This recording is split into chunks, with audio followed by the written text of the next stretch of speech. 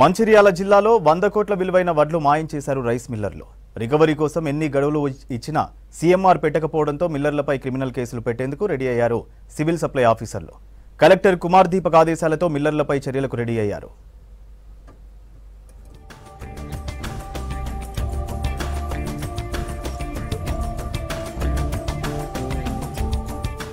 2022-23లో మంచిర్యాల జిల్లాలో కొనుగోలు కేంద్రాల ద్వారా 74,425 మెట్రిక్ టన్నుల వడ్లను సేకరించింది ప్రభుత్వం. ఈ వడ్లను మిల్లింగ్ కోసం 23 మంది రైస్ మిల్లర్లకు అప్పగించింది. సకాలంలో మిల్లింగ్ చేసి సీఎంఆర్ పెట్టడంలో మిల్లర్లు ఫెయిల్ కావడంతో చర్యలకు సిద్ధమైంది. రాష్ట్ర వ్యాప్తంగా మిల్లులో పెరిగిపోయిన వడ్లను ప్రభుత్వం వేలం ద్వారా అమ్మింది. మంచిర్యాల జిల్లాలో 23 మిల్లుల్లో 52,868 మెట్రిక్ టన్నుల వడ్లను ఆక్షన్లో అమ్మారు సివిల్ సప్లై అధికారులు. వీటిలో 7,169 టన్నుల వడ్లను మిల్లుల నుంచి లిఫ్ట్ చేశారు. మిల్లులో నిల్వ ఉండవలసిన మిగతా 45,698 మెట్రిక్ టన్నుల వడ్లను మిల్లర్లు మాయం చేశారు. వడ్లను కొంతమంది బియ్యంగా మార్చి ఓపెన్ మార్కెట్లో అమ్ముకోగా మరికొందరు వడ్లనే అమ్ముకున్నట్లు గుర్తించారు అధికారులు.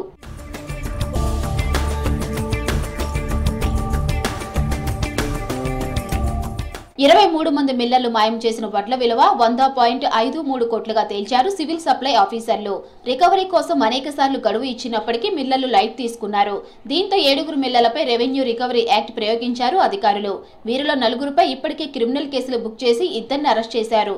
మరో 2 కోర్టుకు వెళ్లి స్టే తెచ్చుకున్నారు. మిగతా 16 మంది మిల్లర్లపైన క్రిమినల్ కేసులు పెట్టనున్నట్లు తెలుస్తోంది.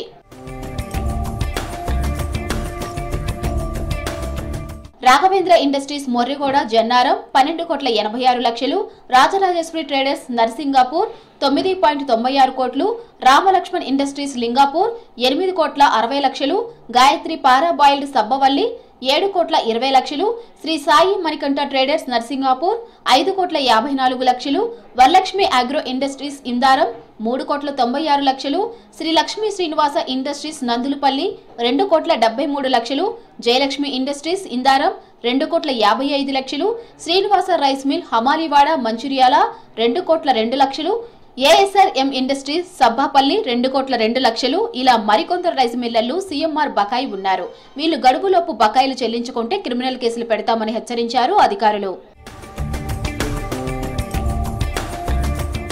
ఇప్పటికే ఆర్ఆర్ యాక్ట్ కింద BS Vaira rice mill Mudigunta 8,49 లక్షలు, దుర్గా ఇండస్ట్రీస్ నర్సింగాపూర్ 8,16 లక్షలు, హనుమాన్ అగ్రో ఇండస్ట్రీస్ మంచిర్యాల 6,21 లక్షలు, వాస్వై మాత మోడరన్ రైస్ మిల్ రేచీని 5,79 లక్షలు, శ్రీ వెంకటరమణ అగ్రో ఇండస్ట్రీస్ కోటపల్లి 1,79 లక్షలు, సోమేశ్వర రైస్ మిల్ అస్నార్ 1,76 లక్షలు, Sri Rajarajeshwara modern rice mill Katterasala 1,01 lakh రూపాయలు పెండింగ్ లో సీఎంఆర్ కేసులు నమోదు ఉన్నాయి. మన దగ్గర సుమారుగా ఒక 90 కోట్ల వాల్యూ అయిన ధాన్యాన్ని ఈ 20 మిల్లుల వాళ్ళు ఎవరైతే ఆక్షన్ బిడ్డర్ ఉన్నాడో వాళ్ళకి అప్పగించాల్సింది ఉంది. అవి కూడా మనము వాటికి అప్పగించడానికి రాష్ట్రం నుంచి టాస్క్ ఫోర్స్ రావడం జరుగుతుంది. ప్రతి ఆల్టర్నేట్ డే ప్రతి మిల్లుని వెరిఫై చేయడం జరుగుతుంది. ఒకవేళ ధాన్యం లేకపోతే దానికి సమానమైన విలువ సొమ్ము చెల్లించాల్సి ఉంటుందని మనం రిటర్న్గా కూడా ఈ 20 మిల్లులకి రిటర్న్గా ఆదేశాలు ఇవ్వడం జరిగింది.